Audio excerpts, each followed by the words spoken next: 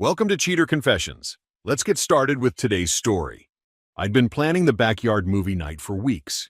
Projector against the garage, chairs lined up on the grass, burgers sizzling on the grill. Sophia and Liam were already wrapped in blankets, whispering and laughing, waiting for the film to start. It was supposed to be simple, steady, hours. Heather came out late, not in jeans or a sweater like I expected, but in a cobalt dress, heels clicking across the deck, perfume thick enough to carry. She didn't even glance at the setup. Her eyes were glued to her phone. "You could have told me we were dressing for a gala," I said, half joking. She didn't smile. "I invited someone. He's helping with the fundraiser at the gym. Thought you wouldn't mind." Before I could answer, the side gate squeaked. A tall man walked in like he'd been here 100 times. Square jaw, tattoos creeping out of his sleeves, confidence oozing from every step. "This is Josh," Heather said, her voice a little too bright. Josh didn't shake my hand. He grabbed a chair, spun it around, and sat like he owned the yard. He nodded at the grill. "You call those coals ready?" Without waiting, he stood, picked up my tongs, and jabbed at the food. "Put those down," I told him. Heather finally looked up from her phone, smirking. "Maybe if you actually paid attention once in a while, Russell, I wouldn't have to invite someone who knows what he's doing." The kids went still. Josh chuckled. I kept my voice even. "You bring a stranger into my house, Heather, and then mock me in front of our children? That's low, even for you." She tilted her head, lips curling. "Stranger? At least Josh knows how to treat me like I matter." Josh pushed off the chair and squared his shoulders. "You don't talk to her like that." I turned to him. "This is between my wife and me." That's when it happened. He stepped closer, raised his hand, and slapped me across the face. Open palm. The crack echoed off the garage wall, sharp enough to silence everything. Sophia gasped. Liam dropped his blanket. My cheek burned, but the humiliation cut deeper. Heather didn't rush to me. She didn't say a word. She just stood, walked to Josh's side, and said coldly, "Let's go." And they left together, side by side, through the gate. The kids clutched their blankets tighter. I stood there, cheeks stinging, tongs still on the ground, realizing the night I planned to keep my family together had just blown it apart in one hit. I didn't sleep that night. Sophia cried herself quiet in her room, and Liam curled under his blanket on the couch, refusing to move. I sat in the kitchen. Every sound in the house felt sharp. Heather hadn't come back. At sunrise, my phone lit up on the counter. Missed calls stacked one after another. 43, then 60. By mid-morning, 89. Heather's voice filled the voicemail box, angry at first, then pleading, then panicked. "Russell, pick up. Just talk to me. You don't understand what happened." I didn't return a single call. Not yet. Instead, I moved quietly through the house, making breakfast for the kids. They barely touched them. Liam asked, "Is Mom coming back?" I told him, "Not today." It was the only truth I had. After they went upstairs, I turned my attention to the answers. I pulled open the drawer, found the old tablet Heather swore had stopped working months ago. It still powered on. A few minutes of digging, and everything was right there. Hotel receipts under her name, rideshare trips, photos of her and Josh together, drinks in hand, smiles too rehearsed to be new. The worst was a video clip, her voice, whispering, "He has no idea." It's almost exciting. I didn't throw the tablet. I opened my laptop, copied every file to an external drive, and locked it in my truck. That night, I sat in the guest room. My cheeks still throbbed, but my head was clear. Heather had chosen her side. The missed calls weren't for me. They were about control slipping out of her hands. I wasn't going to give it back. The following morning, Heather finally showed up. She didn't knock, just walked in like nothing had happened. The kids ran downstairs, froze when they saw her, then drifted back toward the hallway without a word. She noticed. "Really, Russell? You've poisoned them against me already?" she said, tossing her purse onto the counter. I didn't answer. Instead, I slid a folder across the island. Inside were printouts, hotel bills, timestamps. I'd kept the worst photo for last, her and Josh, smiling at the camera like teenagers. She flipped through the pages, smirked, then set them down. "You went digging. That's cute." "Not cute," I said evenly. "Necessary. No more games, Heather. You and I are finished. You'll see the kids, but not on your terms, and not with Josh anywhere near them." Her eyes narrowed. You don't get to dictate that. I'll take custody if I have to. Do you really think a judge is going to side with you? You're a boring 9 to 5 who grills burgers and calls that romance. Josh makes me feel alive. I didn't blink. I'm not here to compete with your fun. I'm here to protect Sophia and Liam. There's a temporary parenting plan in that folder. Monica, family attorney, will coordinate everything. Exchanges happen at the station lobby. No exceptions. She laughed. You sound rehearsed. Did someone coach you on this? I don't need coaching, I said. I've got evidence. And I've got patience. You're free to burn down your own life, but you don't get to burn theirs. For the first time, she looked unsettled. Just a flicker, but I caught it. She snatched her purse. You'll regret this, Russell. When I take them away from you, you'll regret every word. The door slammed behind her. I stayed at the counter, hands flat on the wood, breathing steady. For years, I had let her control the mood of this house. That ended today. Monica's advice was clear. Every exchange had to be done where cameras were running and tempers couldn't be spun into stories. That meant the police station lobby downtown. Neutral ground, public, documented. Heather hated it. She texted me for 3 days straight. It's ridiculous. You're embarrassing me. We'll do it at the cafe by the park. My answer never changed. Lobby or not at all. Saturday morning, I parked in the station lot with Sophia and Liam in the back seat. They were quiet, backpacks packed. When we walked into the lobby, Heather was already there. She had that same red-lipped smile, but her eyes darted toward the glass doors. Outside, leaning against a black SUV, was Josh. He waved like he was family. My jaw tightened, but I didn't move. Heather knelt, kissed the kids, then whispered something I couldn't hear. She walked toward the doors, pulled them open, and stepped halfway out to Josh. I stayed inside, watching through the glass. He leaned close, said something cocky, then looked straight at me. He raised his hand and mimed a slap, grinning. I pulled out my phone, tapped record, and held it steady. No yelling, no movement, just evidence. Heather eventually turned back. What's your problem, Russell? You can't even be civil? My problem, I said calmly, is that you brought him here. That won't happen again. This is your warning. She rolled her eyes, took the kids' hands, and walked them out. Josh opened the SUV door for her like he was auditioning for a role. That evening, I sent Monica the video. She called within the hour. Good. This helps us. We'll file to restrict his proximity to exchanges. Let her keep making mistakes. Just don't hand her any of your own. The kids came back 2 days later. I sat on the couch, replayed the lobby footage once more, and saved it to 3 different drives. Josh thought intimidation was a move. To me, it was just more leverage. Heather must have thought I'd crack if she turned up the pressure. The next exchange, she insisted on meeting at the park. The kids need fresh air, she said. Against Monica's advice, I agreed, but only after I clipped a small recorder to my key fob and set my phone to capture video. When we arrived, she was already there with Josh hovering close, pretending to toss a ball with Liam. The moment she saw me, her voice rose. Russell, stop stalking me. You're obsessed. This is harassment. She angled her phone toward me, making sure it was recording. Parents on nearby benches turned their heads. It was a performance. I stayed still. Heather, exchanges happen at the station. This is the last time we do it anywhere else. She stepped closer, voice sharp, eyes darting to the camera on her phone. See? He's threatening me. He's unstable. I didn't answer. I just held up my keys slightly, letting the tiny lens in the fob catch her whole act. Then I turned, walked back to the car, and waited. 10 minutes later, the kids ran over. That night, the doorbell camera caught something else. At 11:42 p.m., Josh showed up at my gate. He rattled the latch, leaned toward the lens, and hissed. You think you're safe? This isn't over. His face was clear, his voice sharp. Then he stormed off into the dark. I forwarded the clip to Monica the next morning. By noon, she had it filed. 2 days later, police issued Josh a formal warning. Any further stunt, and he'd be looking at charges. When Heather saw the footage during discovery, she lost her edge.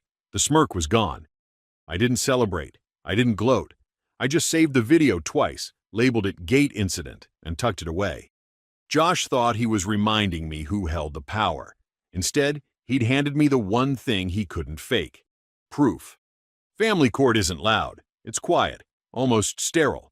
But beneath that calm, every word can tilt the balance of a family's future. Monica laid out our side like she was stacking bricks. First, the receipts: hotel stays, ride shares, charges that Heather couldn't explain away. Then the audio clips and photos. Next, the lobby video, showing Josh at the exchange, mocking me through the glass. Finally, the doorbell footage: Josh rattling my gate at midnight, threatening me. Heather's attorney tried to paint me as controlling, a man obsessed with documenting every move. "He records her constantly," the lawyer said, pointing at me like I was the problem. "That shows paranoia." Monica leaned forward. "Or it shows a father protecting himself after being struck in front of his children and abandoned in his own home." She let the silence hang. The judge shuffled papers, looked over the evidence again, then spoke.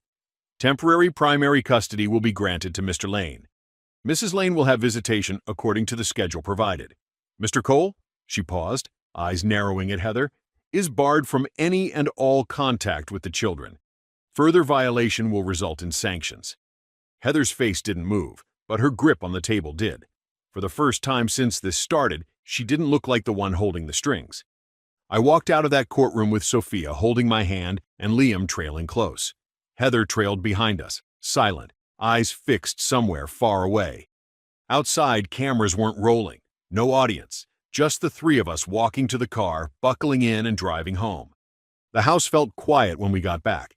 Not empty, not broken, just quiet, the kind I could live with. It was 3 weeks after the court order when Heather came back. She carried herself like she was walking into a negotiation she expected to win. "Russell," she said softly when I opened the door, "we need to talk." Sophia peeked around the corner. Liam whispered, "Mom?" I told them to stay upstairs. When their footsteps faded, I stepped outside, shutting the door behind me. Heather folded her arms. "Josh is gone. He wasn't who I thought he was. I know I made mistakes, but the kids need me. They need both of us." I kept my voice even. "They've had both of us.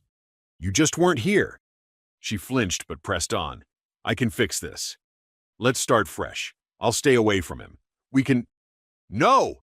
Her eyes snapped up. "No?" I shook my head. "You don't get to burn the house down and walk back in because the fire scared you. You left with him. You brought him into our home. He hit me in front of our children. And the next day, you called 89 times, not to apologize but to panic because you'd lost control." Tears welled up, but her voice sharpened. "So that's it? After everything we've built, you won't even give me a chance?" I leaned on the doorframe, calm. "I gave you years. You gave me betrayal. If you want to see Sophia and Liam, stick to the schedule. That's the only way forward." Her lips tightened. For a moment, I thought she'd argue. Instead, she nodded once, whispered, "Okay," and walked down the steps without looking back. Inside, Liam asked, "Is Mom coming in?" I sat on the bottom stair beside him. "Not today, buddy. But I'm here. I'm not going anywhere." For the first time since that slap, I saw relief in his eyes. Months passed, and the storm slowly faded into a routine I could count on. Court finalized what the judge had already ordered. Primary custody stayed with me. Heather stuck to visitation, mostly on paper, sometimes missing calls, sometimes showing up late, but the drama shrank into schedules and signatures. Josh vanished entirely. Life in the house felt different.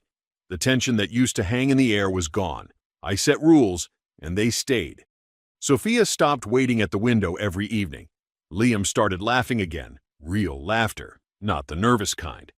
One Friday, I set up the backyard just like I had the night it all started. This time, no surprises, no side gates swinging open. Just the three of us. The kids argued over which movie to play, then settled under a blanket, faces glowing in the light from the screen. Their laughter carried through the yard, steady, unbroken. Halfway through the film, the doorbell rang. My chest tightened for a second, instinct flashing back to that night. I opened the door. It was just our neighbor returning a ladder I'd lent him. He waved, said goodnight, and walked off. I closed the door and let out a breath I hadn't realized I was holding. Back outside, I stood at the grill, tongs in my hand, steady this time. I watched my kids laugh at the screen, their eyes bright, safe. That slap had shattered the picture I thought my family was. But it also forced me to see the truth and to rebuild what actually mattered. Heather wasn't part of that anymore. The house was ours again. And for the first time in a long time, I was exactly where I needed to be. Thank you for watching. Welcome to Cheater Confessions. Let's get started with today's story.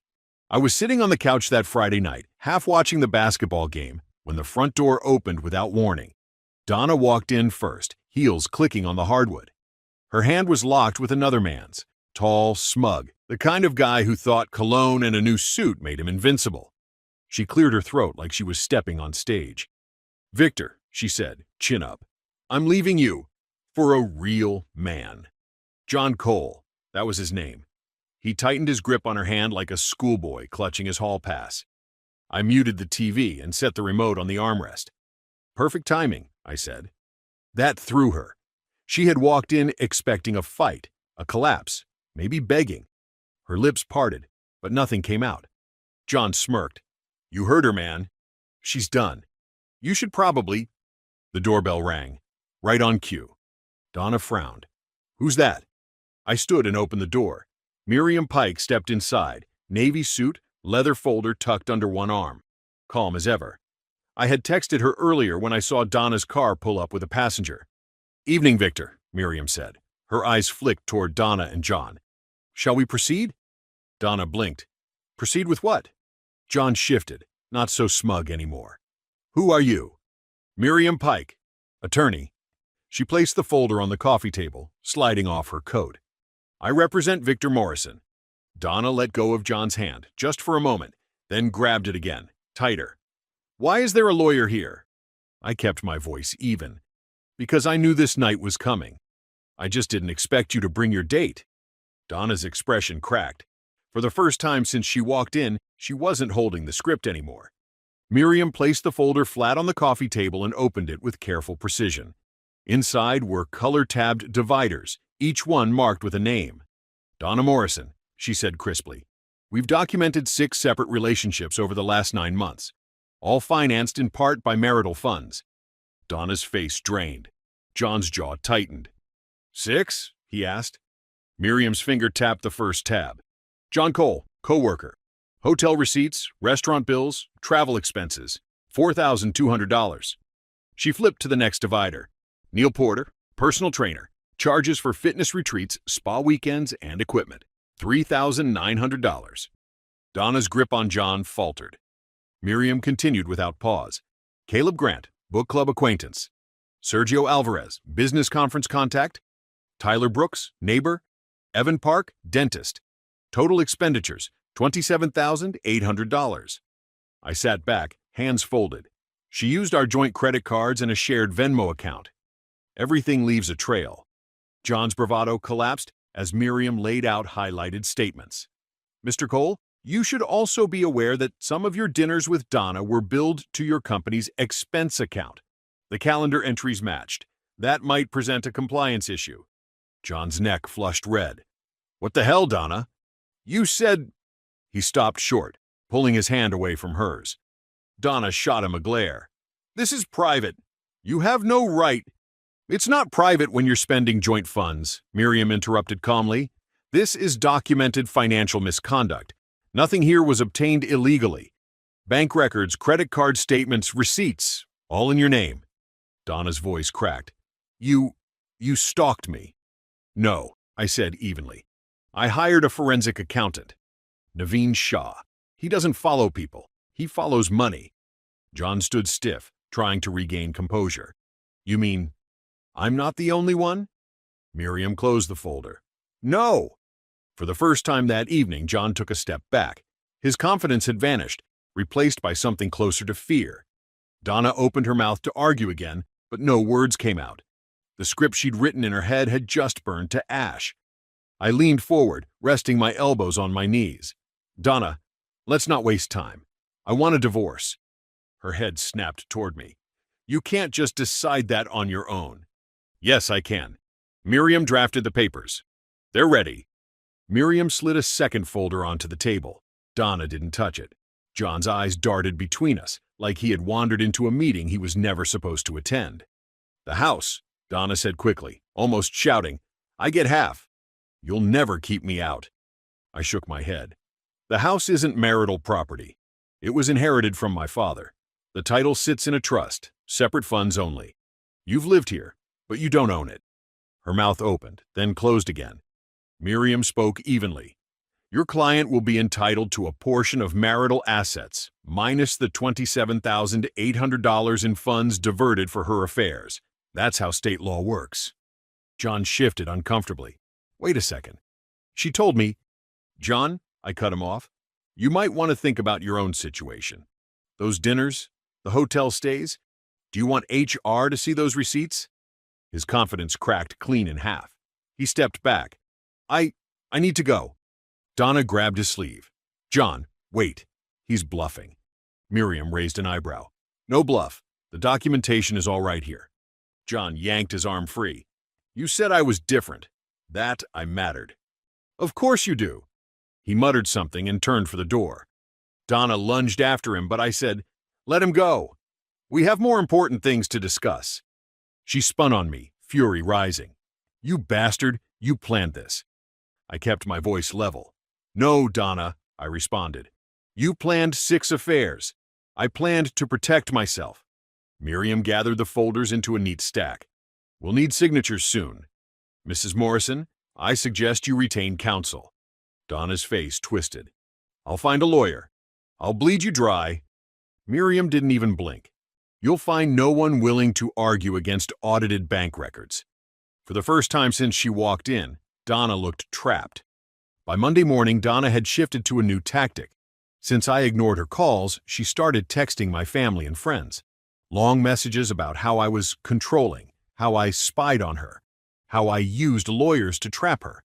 My mother called me confused. "Victor, she says you hired people to follow her." I sighed. "No, Mom. I hired an accountant to look at credit card bills. That's it."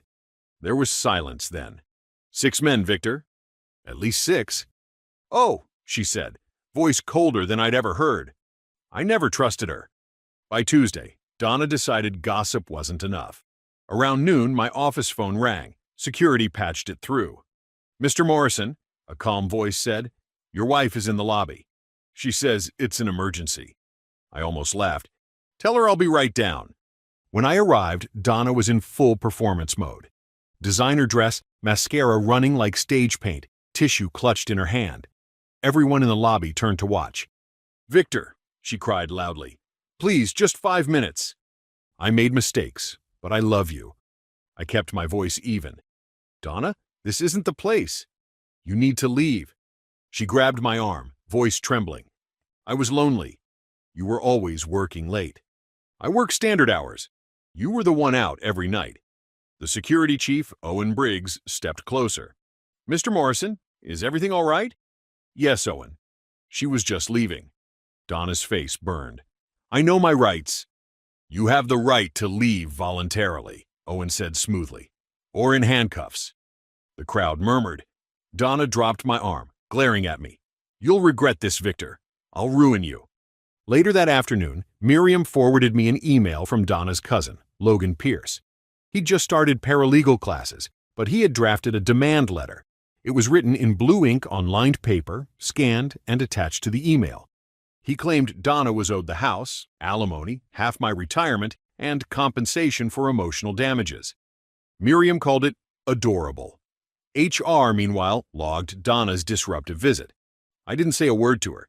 Every move she made now only dug her deeper. By Thursday, Donna had taken her campaign online. Her posts were everywhere: Instagram, Facebook, even LinkedIn. Titles like "Surviving Financial Abuse" and "Escaping Control." She claimed I cut her off from money, that I isolated her, that I drove her to seek comfort. She tagged mutual friends. That was her mistake. Lauren, wife of my best friend, commented, "Didn't you bring that trainer Neil to our barbecue last summer?" While still married? A coworker of mine, Brad, added, "Is this why you asked me to cover for you at that conference? Said you were sick, but you were actually with some guy?" Her yoga classmate chimed in, "Girl, You told us you were already divorced when you started seeing Sergio. Screenshots spread faster than she could delete. Then came the new twist. Miriam texted me, "We have a seventh." It turned out Donna had been seeing a massage therapist named Marco Rivera. He only took cash, but one of her friends posted a photo captioned, "Donna and Marco's weekend getaway." That was proof enough. The final blow came from Grace Park, Evan's wife. Grace was an attorney, sharp and seasoned. She reached out directly to Miriam. Grace had discovered Donna borrowed $5,000 from Evan under the excuse of a business project, money that was actually spent on a trip. Grace was filing her own claim for fraud. Miriam laughed when she told me, "Your wife is building her own case against herself. Every time she speaks, she hands us another piece of evidence." Meanwhile, John resurfaced on social media. He posted, "Public service announcement. If someone says you're the only one, make sure you are." The comment section lit up with popcorn emojis. Donna tried one last angle. "Polyamory is valid. I was just exploring myself." Her own sister Valerie replied under the post, "Polyamory means honesty, Donna. This is just cheating." Every move Donna made to save herself only tightened the noose. 2 weeks later, Donna finally showed up with real legal representation. His name was Russell Quinn, a gray-haired attorney known for taking on hopeless causes. Donna arrived in a conservative skirt suit, makeup muted, her attempt at the responsible wife image. We sat across a polished conference table in Quinn's office. Miriam laid out our folders, color-coded and thick. Quinn opened aggressively. "My client has been subjected to financial control and emotional neglect. She deserves fair compensation for the suffering she endured." Miriam didn't flinch. She slid a binder across. "Here are the financial records. Joint funds misused, $27,800. Supporting evidence includes hotel reservations, flight itineraries, and receipts, plus signed statements from 3 of the men involved." Quinn's tone cooled as he flipped through page after page. "Statements?" "Yes," Miriam said. "John Cole provided text messages. Neil Porter confirmed a personal relationship. Evan Park's wife has already filed a claim for borrowed funds misrepresented as business expenses." Donna stiffened. "They lied." Miriam closed the binder softly. "Then they will repeat those lies under oath." Quinn coughed into his fist and shifted gears. "Let's talk assets." "The marital home. Protected inheritance," Miriam cut in. "Held in trust. Never commingled. Not divisible. Retirement accounts? Divided according to state law, minus the misused funds." Donna leaned forward. "I supported him. I kept that house running. I kept my tone calm. You lived rent-free while spending our money on dates with 7 men. That's not support." Quinn pressed on. "At a minimum, my client is entitled to valuable personal property. For example, the vintage camera collection." I blinked, then actually chuckled. Miriam looked at me, confused. "The cameras?" Donna smirked, thinking she'd hit a gold vein. "They're refurbished," I said. "Amateur models. Worth maybe $400 total." Her face fell. She had assumed those glass display cases meant priceless antiques. Quinn closed his folder. "We'll need time to reassess." As they gathered their papers, Donna glared at me. "This isn't over, Victor." Miriam smiled politely. "Actually, it nearly is.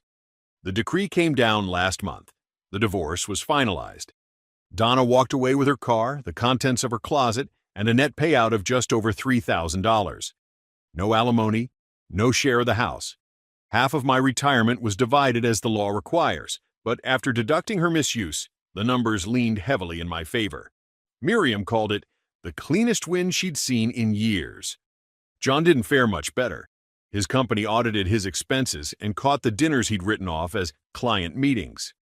He wasn't fired outright, but he was quietly moved into a dead-end desk job. The trainer, Neil Porter, lost his position after 2 clients came forward with complaints. Sergio Alvarez, the conference fling, was forced to repay travel reimbursements he had slipped through the system. And Donna? The social media backlash never let up. Every attempt to spin the story only reminded people of the screenshots. Her posts dried up. She left the city within weeks, moving into a small rental. Someone told me she was working at a call center now. One evening, my phone buzzed. A single message from her number. "I'm sorry. I ruined everything. Can we talk? I didn't answer. Miriam had advised against it, and honestly, there was nothing left to say. Life without Donna was quieter, sharper. I picked up basketball again with friends, stayed late at work without dreading accusations, and even earned a promotion. My house felt different. The irony didn't escape me.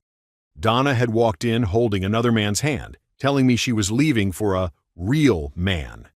9 months later, she was stripped of the image she had tried so hard to project, while I was standing stronger, calmer, and more focused than ever. Sometimes people reveal who they are in one loud moment. Other times it takes credit card statements and a stack of receipts. Either way, when someone shows you their truth, believe them. And when they announce they've found a real man, sometimes the best answer is to simply let them go and keep living like one yourself. Thank you for watching.